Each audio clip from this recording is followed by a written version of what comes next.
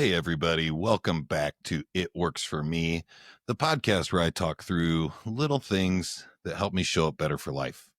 I'm your host, Justin Kelly, and today we're diving into a topic that some of you might relate to more than you'd like to admit. What do you do when you're hungover? Or more specifically, what do you do when you're hungover, but life is still waiting for you? Your kids are up, your job needs you, your spouse is counting on you, but your body is telling you there is no way I'm getting out of bed. That's what we're talking about today. Because for me, this idea of showing up anyway is something I've learned the hard way, and it works for me. Let's be honest. We've all had those nights where we've had one too many. Maybe it was a celebration. Maybe there was a sports game on, like the most recent Pacers championship game. Maybe you were just trying to blow off some steam and relieve some stress. Maybe it's just Thursday. You know, we all love a thirsty Thursday. I'm not here to blame you. I'm not here to make you feel bad about it because I've been there. Some of you know my story. I've had seasons where drinking might have been a little bit more than I could handle or that I wanted to admit that I could handle. I've learned, though, you don't get to press pause on your life because you're hungover. We don't get to stop things, even though you would really like to. You want to lay in bed all day, eat some pizza.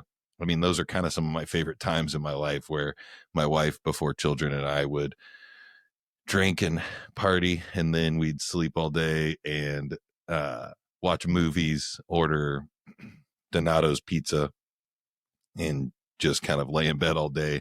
And whenever you were hungry, you'd get up and walk over to the nightstand where the pizza was sitting and pull another slice. But life doesn't wait for you to feel 100%. Your kids are going to want breakfast. They're going to want cereal or muffins or whatever it is. Your wife will still want a partner, somebody that's going to get things done around the house. Typically for us, it's the weekend. Your job still expects you to show up and be 100%. And your goals, like, for example, fitness and other things that you might want to do, they're still out there, whether you're chasing them or not. And if you're hungover and laying in bed all day, you're definitely not moving forward in those goals. I've found that there are days I force myself to move, even when I feel like crap. These are the days I end up respecting myself more, but not because I feel good, but because I didn't give in to that weakness of wanting to stay in bed. This is what I do and works for me when I wake up hungover. And believe me, I will probably get some flack for this because my wife may think differently. But first, I sit up or I get up. Just sitting up or just getting up, that's a win. Then I stand up, head over to the bathroom, drink a big glass of water. Typically, I don't have a glass in our bathroom, so a lot of the times I'll just dunk my head under the sink and just drink as much water as I possibly can. I'll splash some water on my face, and then I move. I mean, I don't have to do a big, heavy workout. I don't have to go run a 5K. But the days that go the best for me is when I do get out there and I do a walk, or I do some push-ups, or I do some air squats. And sometimes, you know, if I'm really feeling it, I'll get on the exercise bike, or I'll go to the gym and I'll get a lift in. But I do it. Motion will break that shame spiral that you might be feeling when you wake up hungover the next day. There's shame that comes with hangovers, not just the fact that you drank, but maybe like you're worried about what you might be failing to do the next morning. There might be a voice in your head for those of us that maybe have an inner monologue, because I know that's a thing that people don't have. There might be a voice that says you're a bad parent today, or you don't have it together, or you're lazy. I mean, I've been told by my daughters that Dad, you're lazy. You're always laying on the couch. I know they don't get it. They're 3 and 5, and she's just messing with me and trying to get a rise out of me. But it does affect you. But that voice is lying. Unless you're laying in bed all day, you're going to feed that voice. I want to talk to the dads just for a second. You know, you wake up with hangover and your kid comes in running into the room yelling, "Daddy, let's play." That is a serious moment of truth for you. That's where you decide, am I going to be a parent through this, or am I going to let this hangover be my parent, be my daddy? Being a dad doesn't just get to stop because you had a little bit too much bourbon last night. Your kids don't care if you're tired. They care if you're present, if you're there, if you show up, if you're goofy. You get on the floor with them, take them to the park, take them on a walk, sweat it out if you have to. You'll feel better. I promise you that. And that's one thing that I'm very adamant about, is trying to not lay around all day when my children are ready to play and have a good day if I've had too much to drink the night before. If you're a husband, your wife notices when you disappear into hangover mode. You might think that you're hiding it. You're not. She notices when you're short, or you're mentally checked out, not paying attention, scrolling on your phone, just laying on the couch or laying in bed. So you got to push through. Maybe take a shower. Um, I don't know. Bring her some coffee. Be in the room. Don't just try to hide. She's not. A lot of the times, your wife's not asking you to be perfect, but she's asking you to be there. Help with the chores. Go out of your way to get things done around the house. Then we got work. Some of you listening may have very high level jobs. You lead people. You might be the person other people look to for answers. I know I am.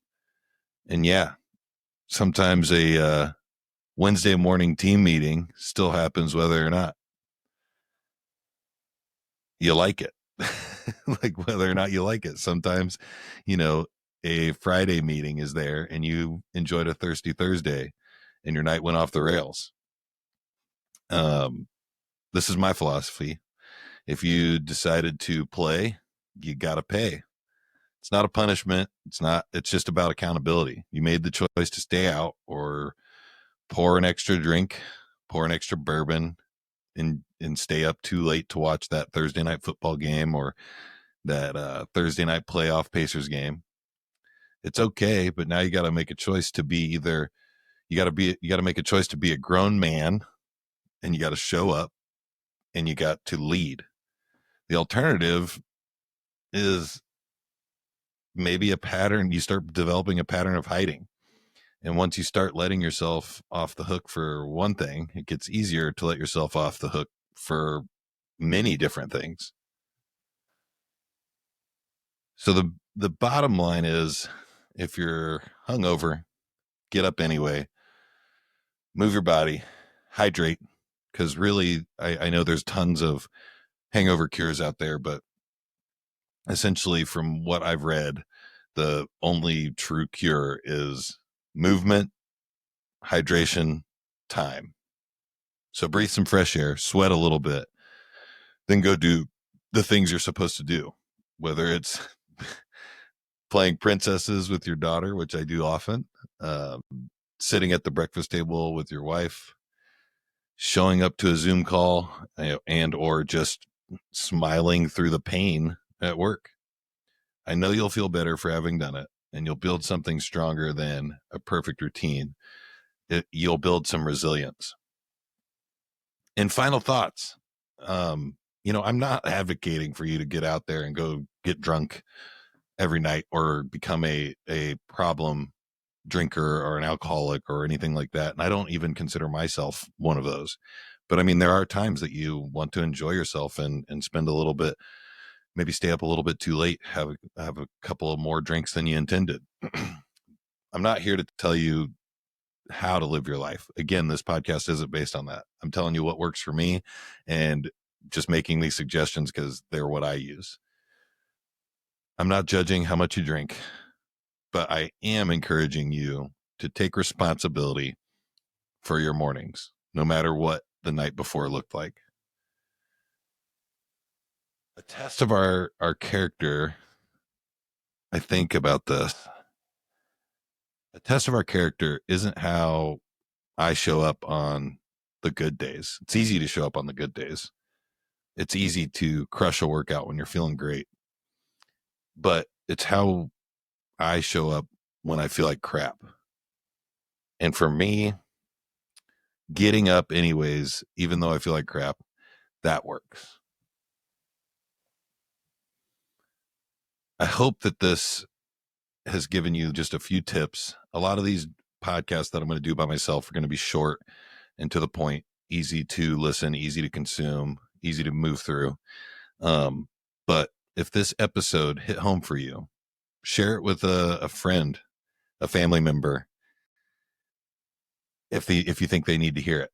And if you've got your own rituals for powering through a morning, and I'm not talking, don't be sending me, oh, I just do the hair of the dog and have a few drinks in the morning anyways.